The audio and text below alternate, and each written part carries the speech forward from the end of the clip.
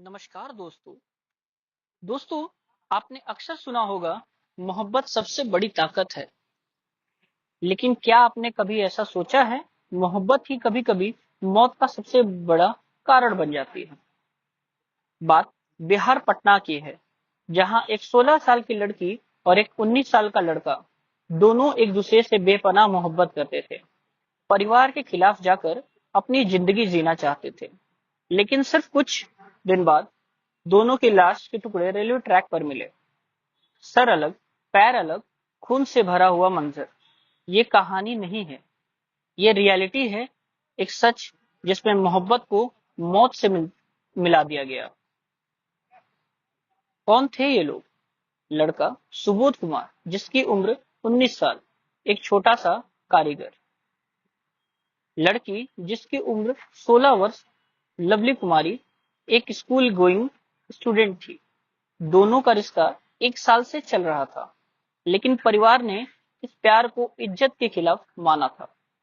सोचो, दो जवान दिल जो बस एक साथ जिंदगी जीना चाहते हैं, उनके लिए ये फैसला इतना बड़ा गुनाह कैसे बन गया। 6 सितंबर 2025 को लवली अपने घर से भाग गए और सुबोध के साथ निकल गई।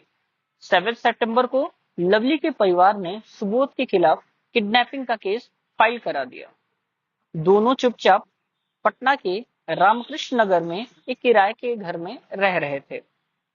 एक फोटो भी वायरल हुई थी, जिसमें लवली सिंदूर लगाकर दिखी थी, जिसका मतलब साफ था कि दोनों ने अपने लिए एक नए सफर की शुरुआत कर लिया था।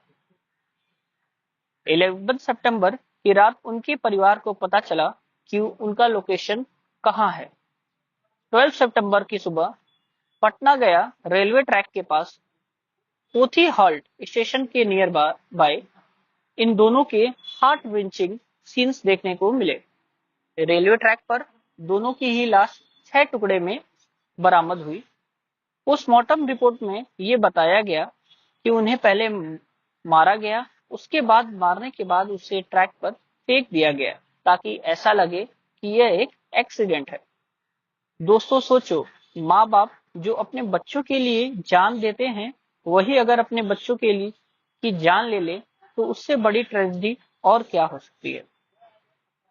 शक की सुई और कहां जा रही है? पुलिस का मानना है यह एक ऑनर किलिंग है। लवली के परिवार पर शुरू से शक है। सबसे हैरान करने वाली बात यह है, एक दोस्त जो सुबोध और लवली की मदद कर रहा था, अभी भी मिसिंग है। पुलिस को डर है कि उसका भी कत्ल हो चुका हो। इन्वेस्टिगेशन अपडेट के बारे में बताएं तो पुलिस ने परिवार के मेंबर से पूछताछ शुरू कर दी है। घर के आसपास के सीसीटीवी फुटेज, मोबाइल टावर के लोकेशन और कॉल डिटेल्स जो सीडीआर है, उसका भी चेक करना स्टार्ट कर दिया है।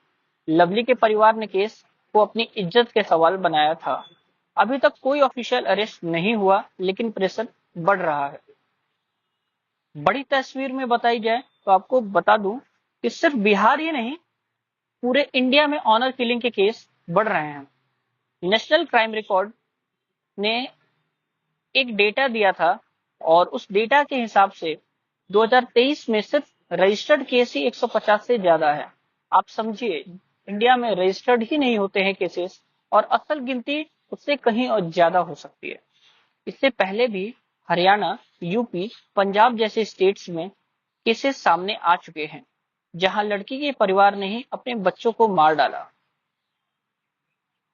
सवाल ये है कि क्या आज के मॉडर्न इंडिया में भी इंसान की अपनी पसंद से शादी करना इतना बड़ा गुनाह है? दोस्तों, सुबोध और लवली की कहानी हमेशा के लिए एक सवाल छोड़ जाती है। प्यार की सजा मौत क्यों? आज भी कई नौजवान डर के साए में अपनी जिंदगी जीते हैं, सिर्फ इसलिए क्योंकि उनके परिवार को सोसाइटी की इज्जत का डर है। आपको क्या लगता है, ऐसे केसेस में कानून और सोसाइटी को क्या कदम उठाना चाहिए? कमेंट्स में अपनी राय जरूर लिखिए, और अगर आपको लगता है कि ये वीडियो एक जरूर मैसेज देता है, तो इससे शेयर कीजिए, ताकि लोग को समझ सके कि प्यार कभी पाप नहीं है।